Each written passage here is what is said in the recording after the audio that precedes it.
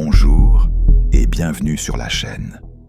Dans cette vidéo, on va parler d'un piège silencieux, le malheur du perfectionnisme.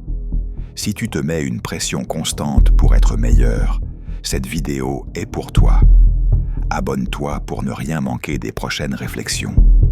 Imagine une seconde. Tu fais tout bien, tu travailles dur, tu t'améliores, tu corriges chaque détail. Et pourtant, tu n'es jamais satisfait. Chaque victoire est trop petite. Chaque erreur te hante. Chaque progrès te rappelle ce que tu n'es pas encore. La quête de perfection te promet le bonheur, mais elle te donne autre chose. La fatigue, la peur de l'échec et cette sensation étouffante de ne jamais être assez. Plus tu essaies d'être parfait, plus la barre monte. Et plus elle monte, plus tu te sens loin de toi-même. Parce que la perfection n'a pas de ligne d'arrivée. Elle ne dit jamais « c'est bon, tu peux te reposer ». Elle exige toujours plus, jusqu'à te vider. Alors la vraie question n'est pas « comment devenir meilleur ?», mais plutôt « à quel moment vouloir être parfait commence à te rendre malheureux ». Dans cette vidéo, on va comprendre pourquoi la quête de perfection détruit plus de vies qu'elle n'en améliore. Et surtout, comment en sortir avant qu'elle ne t'engloutisse. 1. Qu'est-ce que le perfectionnisme et pourquoi il nous piège ? Le perfectionnisme paraît noble. Il se présente comme une qualité. Vouloir bien faire, viser l'excellence, ne rien laisser au hasard. En réalité, derrière le perfectionnisme se cache la peur. Ce n'est pas l'amour du travail bien fait, c'est la peur d'être jugé, de ne pas être assez bon, de montrer quelque chose d'imparfait au monde. Le perfectionnisme nous piège parce qu'il nous fait croire que nous ne sommes jamais prêts. Toujours quelques détails à corriger, toujours une version meilleure à attendre, toujours demain. Résultat, on réfléchit plus qu'on agit, on planifie plus qu'on avance, et petit à petit, on confond préparation et paralysie. Chez les entrepreneurs, le projet ne sort jamais. Chez les artistes, l'œuvre reste dans le disque dur. Chez les sportifs, l'entraînement est repoussé parce que les conditions ne sont pas idéales. Le piège du perfectionnisme, c'est qu'il nous donne bonne conscience pendant qu'il nous empêche d'évoluer. Il te rassure, mais il ne te fait pas grandir. Il te protège de l'échec, mais aussi du succès. La vérité ? La progression ne vient pas de la perfection. Elle vient de l'action imparfaite, répétée, corrigée. 2. Ce qui est fait est mieux que ce qui est parfait. Il y a une phrase que tous les gens productifs ont compris tôt ou tard. Fait est toujours mieux que parfait. Pourquoi ? Parce que ce qui est fait existe. Ce qui est parfait reste dans ta tête. Le perfectionnisme détruit ta productivité parce qu'il ralentit tout. Chaque décision devient lourde. Chaque action devient stressante. Chaque sortie devient un test de valeur personnelle. Tu ne travailles plus pour avancer. Tu travailles pour éviter les critiques. Et pendant que tu ajustes, corriges, repolis, d'autres publient, testent, échouent, apprennent, progressent. La productivité n'a rien à voir avec la motivation. Elle est liée à la capacité d'accepter l'imperfection temporaire. Les projets imparfaits peuvent être améliorés. Les contenus imparfaits peuvent être corrigés.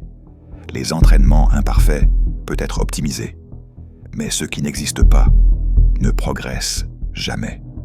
Les gens disciplinés ne cherchent pas à faire parfait. Ils cherchent à faire suffisamment bien, régulièrement. C'est la répétition qui crée l'excellence, pas l'attente. Si tu veux avancer plus vite, arrête de demander « Est-ce que c'est parfait ?» Demande plutôt « Est-ce que c'est fait ?» 3. Pourquoi viser la perfection est un objectif illusoire ? Voici une vérité inconfortable. La perfection n'existe pas. Elle change selon les personnes, les époques, les standards, les tendances. Ce que tu trouves parfait aujourd'hui, tu le trouveras améliorable demain. Viser la perfection est illusoire parce que le standard bouge en permanence. Tu cours après quelque chose qui recule constamment.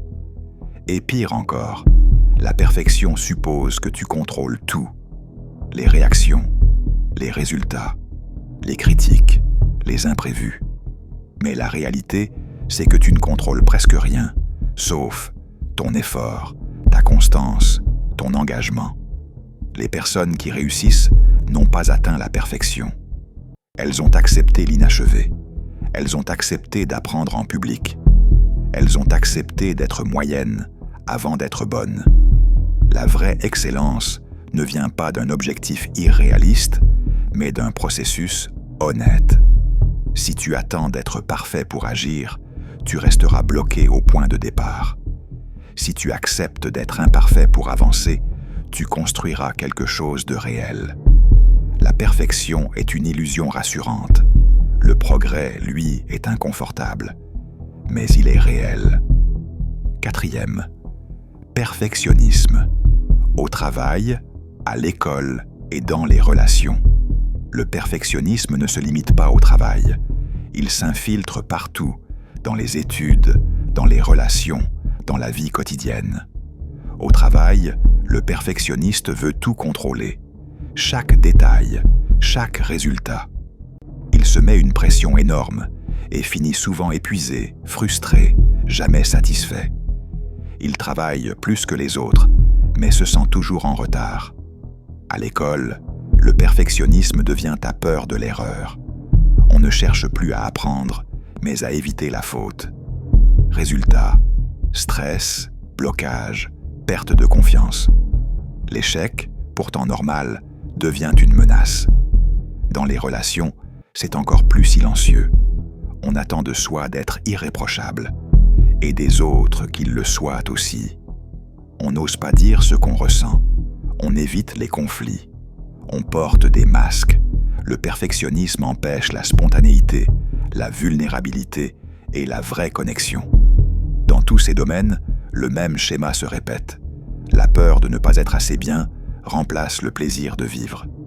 Et tant qu'on confond valeur personnelle et performance parfaite, on se condamne à l'insatisfaction.